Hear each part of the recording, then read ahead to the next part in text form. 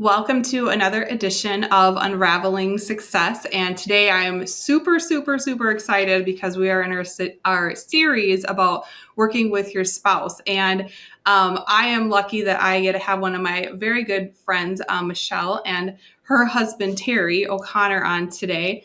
And they hail from Charlotte, North Carolina, and have two kiddos, Trey and Maya. They own together O'Connor Insurance Associates, who you guys are almost at your 25th anniversary for the agency. So congratulations early. I know I'm 8 days early, but that's quite a feat because most businesses within the first 5 years actually fold. So 25 is pretty impressive. In their pastimes, you guys have a lot of different interests, including skiing, fishing, hiking, camping. I know those are hobbies you guys enjoy as a family. And I know, Terry, that you have been very involved in coaching wrestling and also love baseball as well. So Yep. when I asked you guys to define what you would say success is, or keys to success, I have down here dedication and fortitude. So being gritty, which I completely agree with. You got to have a good bounce back factor for sure. So thank you guys for joining me today. I'm super excited. This is a topic that is fun for me to talk about, but also I think as those of us who are married and also we're working with our spouse, it's like, oh boy, this is a very deep and complex, it's like a spider web type of topic to discuss. So thanks for being willing to be open and have a conversation. Sure. Thanks for having us. Yeah, absolutely. So first question I would have is if you would tell me a little bit about your journey of how did you decide to actually go into business together? And because that's a brave choice. I feel like I can say that just because I'm also in that right now. So tell us a little about your journey. Sure. So I think it happened by accident, and I'll let Terry fill in some blanks, but we were too young to know better. And I was working for an insurance carrier as a district sales manager, and I made the decision I wanted to do it on my own. And at the same time, Terry had changed careers and entered the world of insurance. And so it was just kind of a natural progression that we decided to do it together. He had the bandwidth to get started, and because I had a company job and a company car and benefits, made the decision to stay on a little longer. So he kicked us off scratch, and it was just kind of a natural evolution from there. I don't know that it was a deep discussion, but we were pretty young. Mm-hmm. We hadn't even gotten married yet. We actually got married while we were in that process, and then started the agency shortly after we got married. Oh, wow. Yeah. That's really cool. I didn't know that. Yeah. So you guys really don't even know, like, married without an insurance, like without the business with it. We do not. We got married in October and we started the agency in January. Really? So the business planning was in the works. We were just waiting on the carrier approvals. Yeah. Yeah.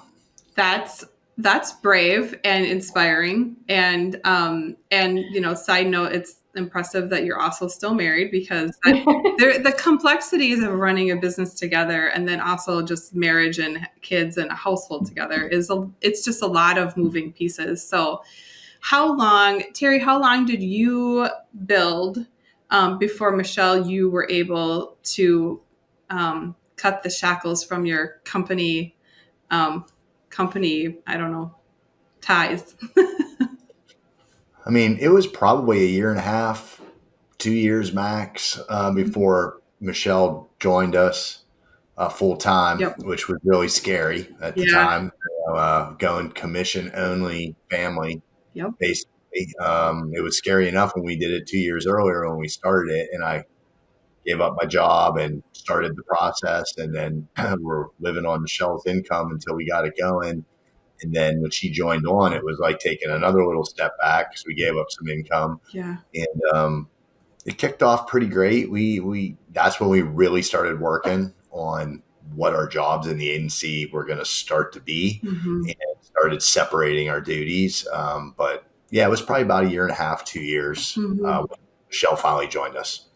That's awesome. And I'm sure you had 1.5, 2 jobs in that interim, huh, Michelle? I sure did. I very much understand that. So how did you guys, I'm going to I have a handful of questions, but I'm going to kind of skip around a little bit. So as you guys started to delineate responsibilities, how did that fall into place, or how did you guys approach that when you guys were first getting started? And then as you grow, like how has that fallen into place? So when we first got started, it was like all, hands on deck. Like everyone has to do everything because it was only the two of us. We had a third employee shortly after that, but we had needed the help to sell. We needed servicing help, just whatever we needed. That's what we were doing. I think when we started to butt heads is when we realized that we needed to make some choices about staying in a lane, and that would help us in order to grow because we would be able to play off each other's strengths, but it would also help our marriage and help us to be able to stay married. Yeah, I understand. Yeah. We were really too young at that point to even understand. Like, I don't remember reading any books like they have now, where you find the best person for the best seat. Yeah. I'm sure they had stuff out there like that, but it wasn't anything that's in your face, Right. that there are so many of them now. And kind of had to just learn that on our own, of what we were good at, and just kind of fell into those roles initially. And then finally started putting some thought process into it more on, okay, maybe Michelle, you ought to just do all the accounting, so that nothing gets missed and everything. And I'll tell you what, I'll do all the sales, outgoing, and do the networking and all that. Yeah. So that's when we really started making those decisions, probably like really year 4 of the agency, that we really started trying to branch things into certain areas. Yeah. I think that makes sense to me when I just think about the evolution of growth from a scratch agency standpoint, because everything really is all hands on deck for those first few years, for sure, no less than 3. Right. But then once you start getting into, year 4 or 5, things start getting a little too complex in order to not have some division of labor there. Right. So I can, well, then I think we introduced our first employee about that time too, Michelle, right? Year 5. Well, we had an employee prior to that, but the one that's still with us, yes, it was year 5. And then coincidentally, that's also when, year 3, 4, 5 was when I was pregnant with our son. And so we knew we had to make some adjustments to the work schedule in order for me to be out too. So it was just like we had to do some things. The evolution of the agency, our family dynamic was all kind of colliding. Yeah. I can very much relate to that. I already had kids when I started my book of business, but they were 2 and 3.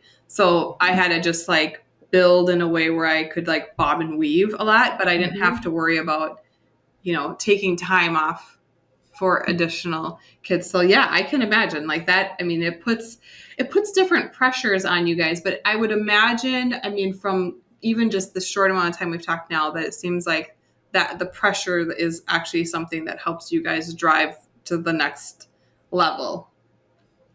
Starving drives us to the next level. That is really what it is. It was fear. And it was, how do I feed my kid? How do I do the things that we want to do?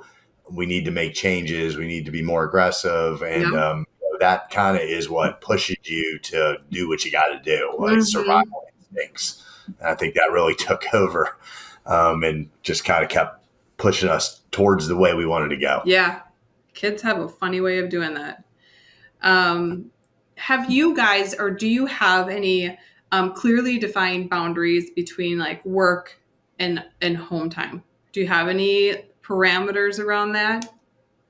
I'll let you answer that, Tara. Well, we do. We've talked about like, hey, after we get home, 6 o'clock, whatever, let's not talk about work after that, But the problem is a lot of the times, at least recently, sometimes me and Michelle don't see each other. Like, I don't know what she's doing. She doesn't know what I'm doing. It's like we've gone to different jobs and we're going. So if something comes up where I need to talk to her, sometimes at 8 o'clock is the only time I see her. So we usually get the permission to do it and talk about it. And if we're both in the mood, we do it. If we're not, that's what we say. Hey, Yeah.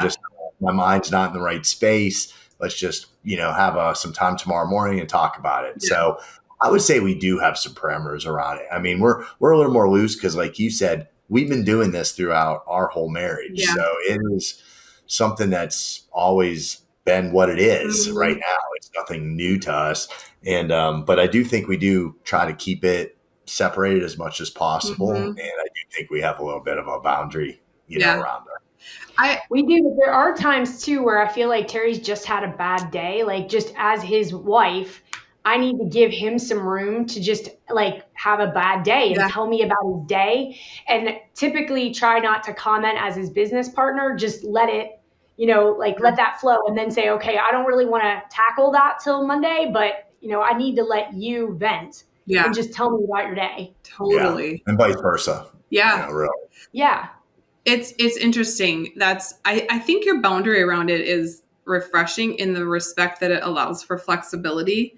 And Adam and I are very similar in that respect, where if I have something that I'm wanting to discuss or something, I find that it's you guys are a step ahead of us, and from like seeking permission to just have the discussion, we'll usually just go right into it. But if the other one is like, I cannot metabolize that right now, we'll actually just put it on the calendar for when we're going to schedule talking about it, to make sure that because we want to avoid the whole, let's talk about it later. And then you actually never end up talking about it later. Like, that is so easy to happen. So we will end up just scheduling when we're going to talk about it. And if we talk about it before when it is scheduled, we'll just take it off the calendar. But at least the thing that we're going to talk about doesn't get lost. That's great. Yeah. But it's just that the flexibility or the okayness to just say, I can't do that right now. Yeah. I don't know. I also think too, and I don't know if this is your guys' experience, for us specifically, and I would, when you have kids and you just have other like household and life things happening, I don't feel like for us that the business dominates our conversation. That for me, I think is where I might feel like, okay, we need some more boundaries around this. How have you guys run into that at all? You're right. In the evening, life can be really busy as well with our kiddos and our schedule that we keep with them. Mm-hmm. So there's not necessarily always time to even talk about business. Yeah. The kids interrupt it in a good way. Yeah. And make sure that that's not the case, Right. because we have things we're doing with them. Totally. And I think really probably we're talking if we're saying 6:00 at night till we go to sleep and come to work the next day, how much are we talking about business? It's less than 10% of our time together during that time. We don't really talk about it a lot. Maybe earlier we did, but I think now we've both got to the point where we know how important that time is, and to try to be present in that time rather than trying to bring some more drama or something that's going to get us upset and then you can't go to sleep. So we got smarter, maybe wiser in our old age, right? As we gain knowledge and gain wisdom, that's kind of what it's so natural right now. Yeah. Yeah. I feel the same way about us too. Like you kind of just fell into your roles, and when you know where your lane is, if when you stay in it, like things click a whole lot better. What is the largest challenge that you guys have faced working together, and how have you guys worked to overcome it? I don't know. That's a good one. There's been a lot of challenges. I think that when you're getting started, you kind of have a rosy picture of how, working with your spouse, who better. But of course, and that's true. But then, of course, the reality of it is you spend literally 24/7 together. And so you need a break from one another. And I think that's normal and natural, because we don't have a break, or we didn't originally. Now the agency is at a point where we don't necessarily see each other all day. Like Terry said, I mean, we're doing different things. But originally, suddenly we were just spending a lot of time together. Yeah. We could overhear everything that each other were saying. It was a lot. It was a lot of togetherness. Yeah. So that was definitely a challenge. Yeah. Defining our roles, that was huge for us. I mean, I am completely out of the commercial department except for where he wants me to give insight or input, or he needs me to give insight or input, or where my job might cross with doing something, the marketing, something like that. But we stay out of each other's lanes completely for that reason, and just treat each other like the business partners that we should be, coming together to make major decisions, but not on day-to-day things. I mean, and Michelle says this to me all the time, and I probably need to be more aware of it. Is talk to me as if I wasn't your wife and I was just your business partner. So that sometimes, sometimes maybe you take advantage because it's your spouse and you think you can burn her time, or you can say a certain thing a certain way to her because it's your spouse and your business partner. And sometimes she does have a good point. Like, I have to change the way, the approach. I can't be at his ease. I might need to have more details, so I think we've done better at that, I hope, in some of our conversations that we've had. But it is something that I think you have to continually work on, and it evolves because there's things that are ever changing, as you know. Something changes, and now something who's in charge of that? Who's in charge of taking care of that? Yeah. So it's always a moving target, and we do our best on trying to stay on top of it. Yeah, it's funny. I know one of the things that helped Adam and I is when we read, when he finally read Traction, and understood, because he's a real integrator and I am a visionary, and could not be more polar opposites on both of those sides. Neither one of us has any kind of balance of the other piece to us. I could see Adam's light bulb finally go off of like, oh, okay. So now I understand a little bit more how her brain works. And for us too, I know you guys are familiar with the Colby Index and like the assessments that tell you your how.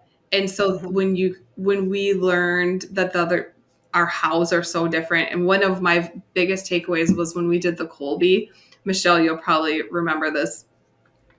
So Adam and I did the Colby index, and one of the things that it measures is the quick start, your quick start. And on a scale of a 1 to 10, I'm a 9. So I move really, really, really fast. I make decisions fast, and they happen fast.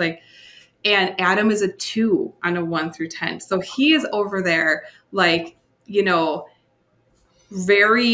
very analytical. He gathers a ton of information before he makes a decision. And he's pretty, not very fast on decision making. And when we did not understand those dynamics, it would create so much tension, because he would think she is careless and so impulsive and unpredictable, and and then he would want to then it would be like, you're scaring the crap out of me, and I'm like, you are a ball in a chain and you keep holding me back from these things I want to do. And he's over there and it's funny because I laugh at it now, but he used to say to me, you scare the crap out of me. It's just because I was moving too fast. So I slow down for him. He speeds up a little for me, but now we both understand it's just our how, and there's really good things to both, and they can also be bad depending on what the situation is. Right. It can be good balance as well, totally. Though, because I will joke that I would jump off a bridge if Terry would let me, but he holds me back, which is a good thing. Yes. The jumping off the bridge thing is a good thing. Right. And it's so funny because I think when we got to this point, right, where we realize, oh, actually these things are, if we put them together and we appreciate each other for the opposite thing, it actually creates a really good balance. And then it helped us put on a different lens, because I'm like, okay, he's not saying no to me because actually he's saying no to me. He's saying no. That's his word because I'm moving too fast. Or for him, not too fast for me. But anyway, the other part too is having a different lens and taking the personal out of it, and me realizing that it's actually, he just operates different. So it doesn't have anything to do with how he actually thinks about me. Right. So those were things. And that's an important thing you just said, because I think a big change with me was when I went through my Sandler training. Okay. And they talked about the self, and that you have your work self, you have your parent self, Mm-hmm. you have your other self, and you may be a bad salesman, but you're not a bad person. Right. And you have to learn to be able to separate those things sometimes, because my salesperson gets beat up a lot inside, right? Yeah. It gets a lot of no's. It's a lot of crap you got to deal with. And you go home and you're beat up, and you got to switch from that role into your husband role, your parent role, where people love you, care about you, want to be with you, think you're the best. And just know that the roles that you're playing throughout your life. And when I learned that through Sandler, something just clicked, and it was an easier transition for me through some of those times. Yeah. I think that's very insightful. And I think that, Michelle, you need to buy Terry like different hats. So like when he's driving in the car, he can put on his, he can switch. I'm going to take off my sales hat. And like maybe that day you throw it against the room.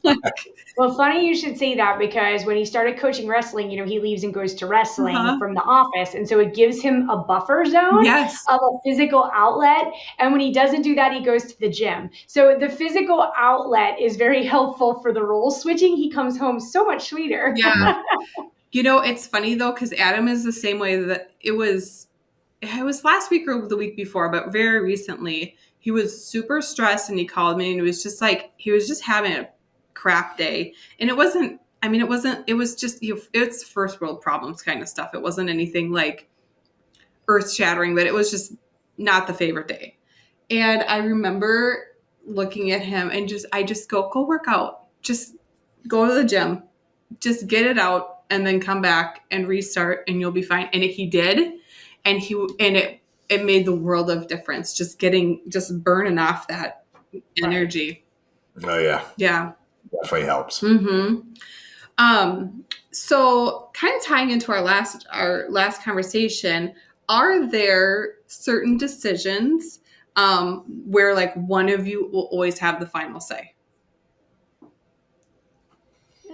We were talking about that a little bit earlier today. We used to be, and I'll let Terry give his example. We used to go over everything with each other. Mm-hmm. Now, because we're in our own lanes, we have made some boundaries, when it comes to marketing spend or tech spend, what I will do up to before I consult with him. What I've found, though, is that I want his opinion most of the time. Most of the time, it's something that I want to say, hey, what do you think of this? Because I want to hear what he says about it. So we try to consult each other that way. But he did have a good example just of us, how we've kind of evolved in trusting each other's judgment earlier. What was that? It was the HR. Oh, yeah. Like, a lot of the times, when we're hiring employees, I mean, I'm sure, Beth, you've gone through this, you might have a gut feeling. Yeah. And someone else has a different gut feeling. Yeah. So who do you go with, right? Yeah. I mean, our guts are too different. So totally. There's been times when my gut was hire the person and it didn't work out. And same with, Michelle, but Michelle seems to have a pretty good feel. But what we learned to get there is like that pull. We were like, we don't really like this. We don't like to be able to do that. So let's take some of that out. And then we ended up hiring an HR consultant. Mm-hmm. Like our who for that was a third party who filtered that down a little more for us. So then we started getting into the candidates that we really wanted to talk to. Mm-hmm. You still had to look for that gut feeling on them, but it seemed to like more of them we were together on, after filtering some of that out. So, but that's something that I think, I know Michelle sometimes has a good feel for that because she's kind of dealt with that more than me. Mm-hmm. So I lean on her and trust her gut, like you trust your own gut. Yeah. And it's worked out. Yeah. It's really funny that's an example. I have an interview later today for somebody to add to our team. And right before we jumped on to record this episode, I reached out to my agency manager and I said, hey, Caitlin, will you please jump on this interview with me? Because So this interview's for an executive assistant for me. And I was like, she's already been screened she's been through one screening process with outside of me. But I just have come to realize about myself that I do have a good judge of character, but I also love people and I see the potential in everybody. And so I get probably more excited about people's potential than they get excited about their own potential, just because that's just how I work.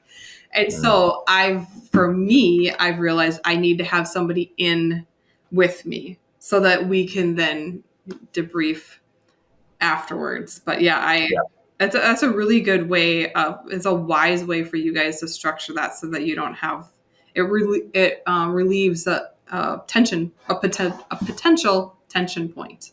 Right. It sure does. And we know if we both agree in the debrief, then go ahead and offer the job. Like we're both on board. We know it's a good fit for our team and our culture. Yeah. And our last couple hires that we've done that way are amazing. Mm-hmm. It's worked out very well. Mm-hmm. That's awesome. What is one business lesson that you have learned or that I'm going to rewind that. What is one business lesson that has made you stronger as a couple? So I think for me, it was a rough patch in our business life where we had to make some decisions about the path forward. Mm-hmm. And it was maybe, I think about 8 years ago. And I was considering strongly that I didn't want to continue in the agency. Mm-hmm. So I really had to make a decision and we had a business consultant that was helping us. We were going to her together. She did a great job of breaking it down and being super upfront. And she finally said to me, you've got to find the joy in this business. And if you can't, you'll have your answer that it's time to walk away. And so I had to do some soul searching to find the joy. And what I found was that and the reason it made our marriage stronger is that part of the joy is that I get to work with my spouse, that I have some freedom and flexibility as the owner of the business to be with our kids, to leave at 4:00 for whatever we need to, cross country meet, wrestling meet, whatever we're doing, or be at the swim meet on time or volunteering for something. So there was a lot of family things that overlapped that made being a business owner the perfect thing for me. It was just getting over the rough patch. And then we had to make some changes in the business, which we did. And they were growth things that we needed to do that helped a lot. Yeah. It's really good. Yeah. I like that. I like that a lot. And I like that you were brave enough to take that deep dive and really actually get to like the heart of your why. Right. It reminds me of, I think it was it Andre Agassi who, it came out, I think he has a book on this about how he actually hated tennis and he hated being good at something that he didn't like. Wow. And he didn't like it for a long time, even when he had major accolades. And actually what turned him on to the sport was when he realized that how he could impact the things that he was passionate about completely outside of tennis with his, and so a lot of times it's just that, right? It's realizing that, okay, this is a vehicle that helps you live the life that you want to live. And so then embracing it then is a whole different headspace then. Yeah. Right. Because it's not just the thing you're doing, like there's a bigger picture of like why. And yeah, I think that's really cool. That's a great story. Well, you kind of segued right into my next question, talking about paths forward. How do you guys align your long-term business goals with your personal life goals? Terry, you want to answer that one? So long-time personal goals with our business goals, right? Mm-hmm. Well, there's only 10 or 15 years left for me, when I start really looking at things. Yeah. So it's shortened the window, and that's been kind of eye-opening, yeah. To say, hey, 15 years from now, I'll be this age and maybe it's going to move into a different phase. Mm-hmm. So we've tried to build our, where do we want to end up in that end Yeah. game? Where do we want that nugget to be at that point? What do we want the agency to look like at that point? And we have done some more extensive planning with that. We use the EOS operating system and all that goal planning and things. And that has really opened up a better vision of where we're heading, which then enables you to dig down a little deeper in those areas to figure out, okay, what are the things that you got to do to get to that? Mm-hmm. I think that's kind of using things like that have helped us plan. And I think it'll end up being a great thing for us getting on board sooner than later with doing that. I think people wait too long to get there, including us probably. I wish we would have done it 10 years earlier. Right. So my advice would be, to get on something like that sooner, quicker, have your 1 year, your 3 year, your 10-year plan, and make sure you're on track for those types of things. Because I think at some point, we were maybe just flying by the seat of our pants with life, and didn't have time to really focus down as deep as we needed to until we said that was top priority, and we did it. And now we see a different outcome. It is hard. I mean, we've all started from scratch, and when you start that, you're just kind of holding on by the seat of your pants. And then, Right. You guys then introduced kids and all the demands that kids have on top of it. I started that way, but still, when you're juggling all of that, sometimes I know for us, we just had our 10-year in July, and I'm looking back and I'm like, there's so many things there that I need to do that I would think that an organization would have at 10 years old. But it just seems like it flies by. And it takes some very intentional time to start nailing down what the next 1, 3, 5, 10 years looks like. I know for me, I nailed down what I wanted, the first 5 to look like. And when I got to year 5, it looked, actually, it was pretty awesome, better than planned. But I didn't, in the process of that first 5 years, I didn't create my vision for the next future. And so I got there and I was like, oh wait, now I don't know where I'm going. And, Right. and that's, it's because you have to always be thinking about it. It's Right. You're never done. Right. Well, and that exact same thing happened to us. We did the first 5-year business plan. Yeah. We didn't redo it because things looked good. Right. We were progressing. We were growing. We were on track. Mm-hmm. But within the first less than 10 years, I think we were maybe 8 or 9 years in, was when the recession hit the first time. Yeah. And we took a really hard hit.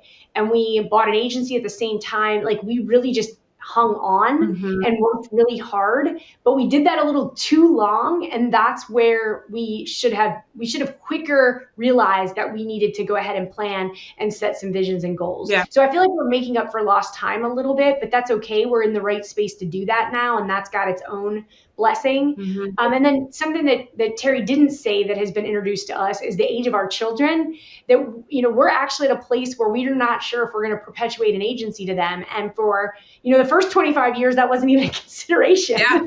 Yeah. We had no idea that they would even be interested in insurance.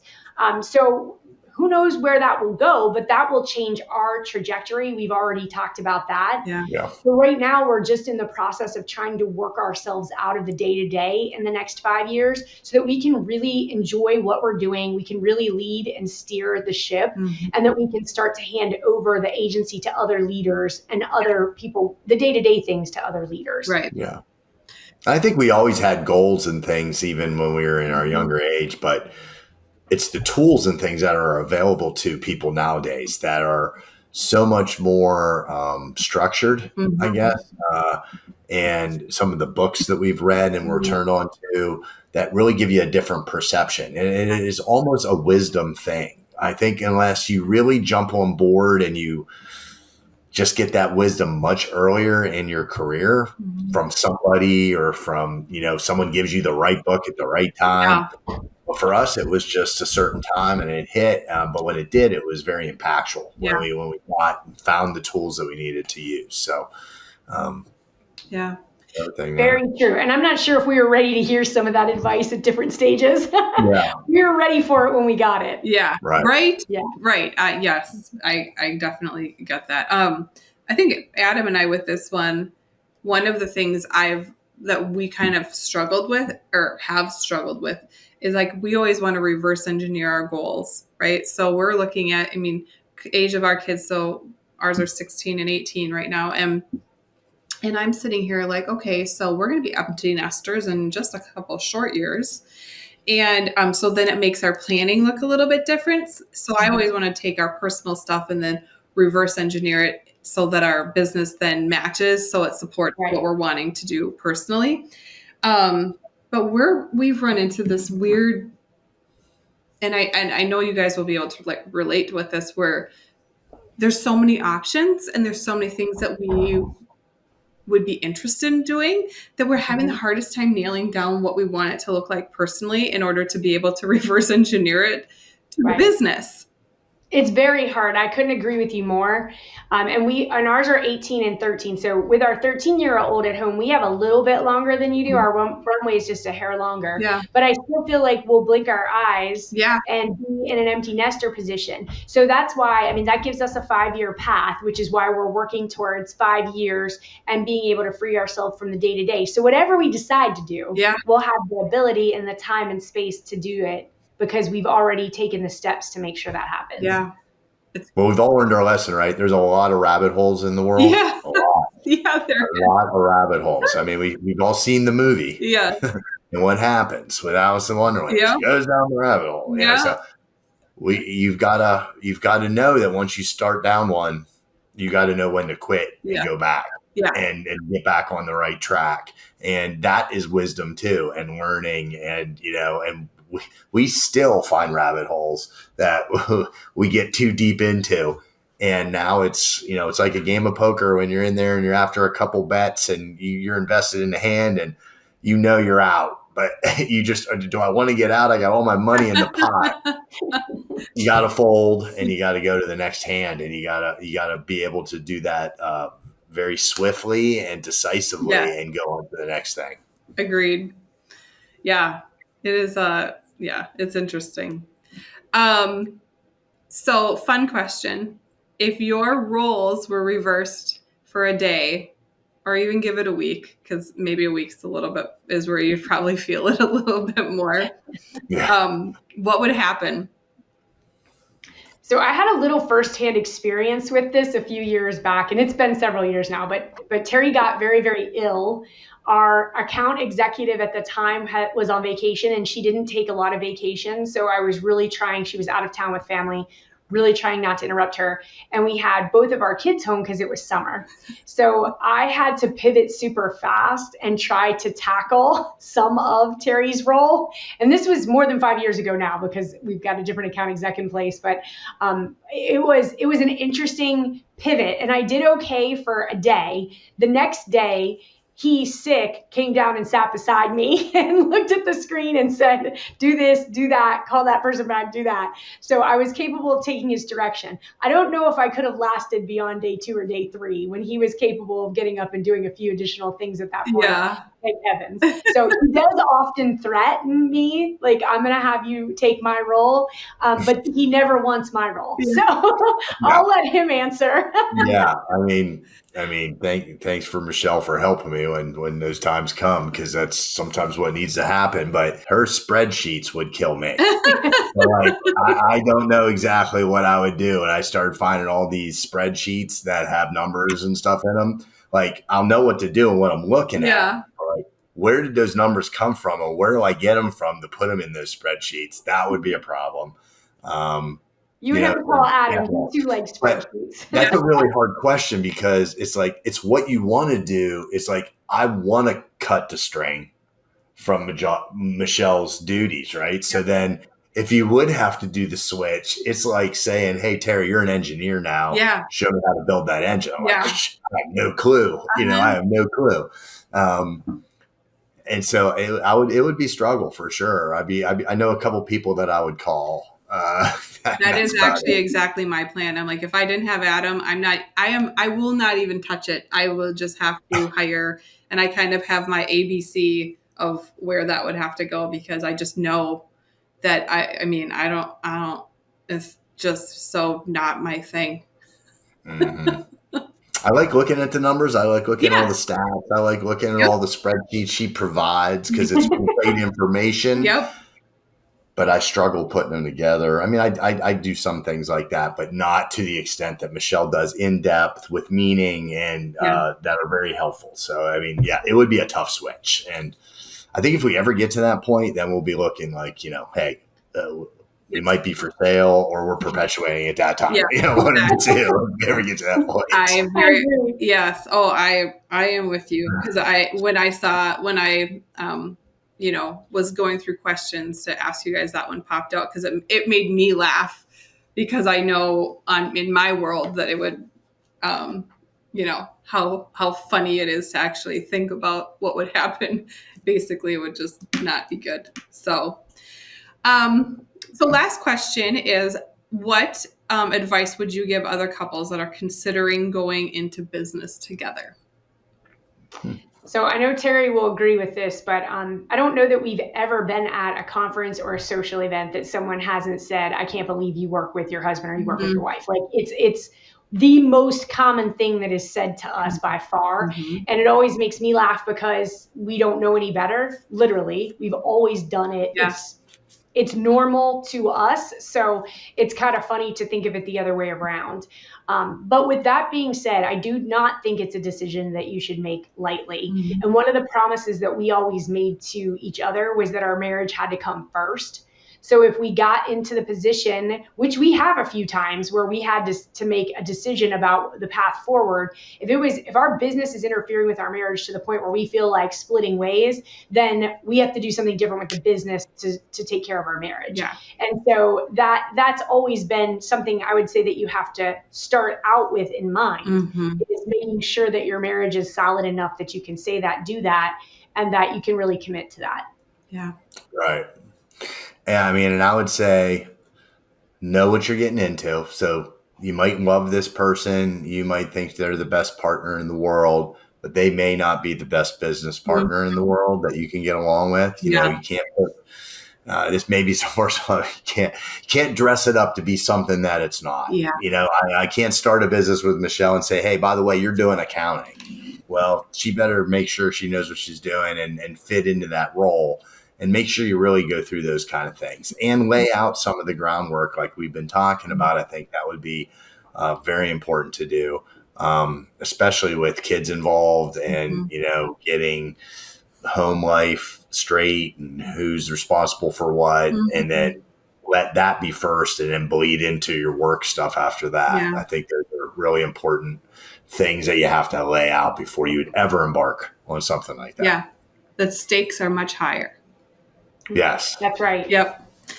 Well, Michelle and Terry, thank you so much for joining me today.